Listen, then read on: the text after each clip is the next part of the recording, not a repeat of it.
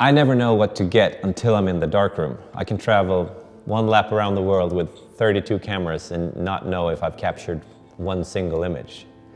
But the surprise I get in the darkroom is very addictive. It's the magic moment. To be in there and then to realize that things have appeared on the negative that I didn't even know existed.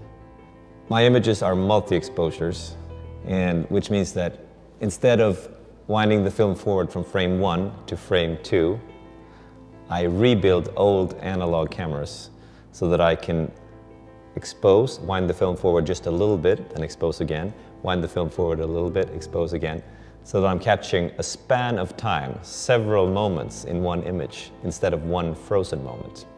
I realized after a while that in between these exposures, I can move and change direction. So I could give more than one side of the story I'm telling. Photography has a weakness, I think, is that it only gives 1 out of 360 angles of a story.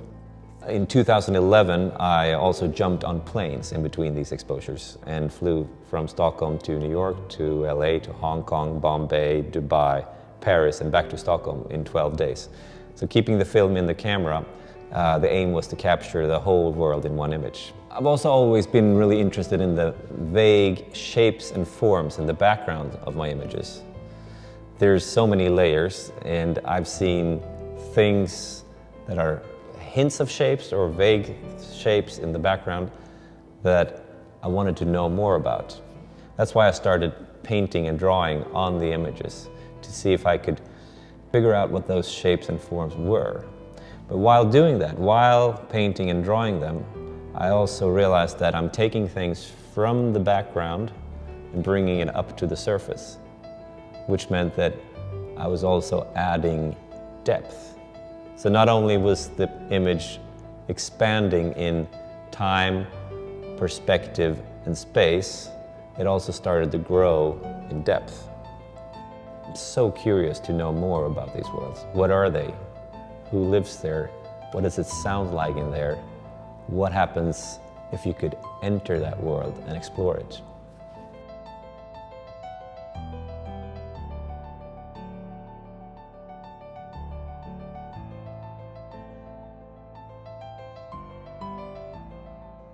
So this seamless progression that we make in between the virtual and the physical world is a new phenomena.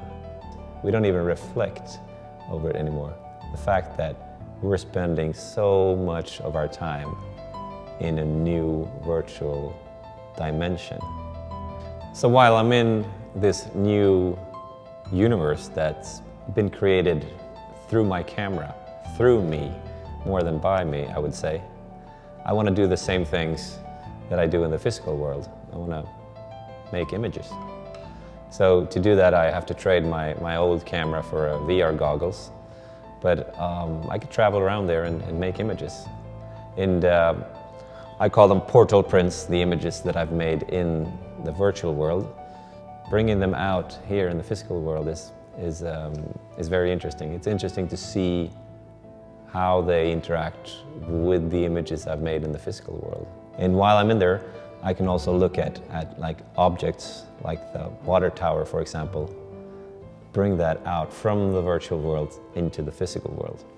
This project is in its very early stages, but I feel the need to show it right now to be able to take the next step. I need to know what this project, the portal prints and the objects and the virtual world, what it communicates to the audience here, and also how the audience would communicate back. I need to know that before I can take the next step. So it's a very different experience to show something that is in such an early stage.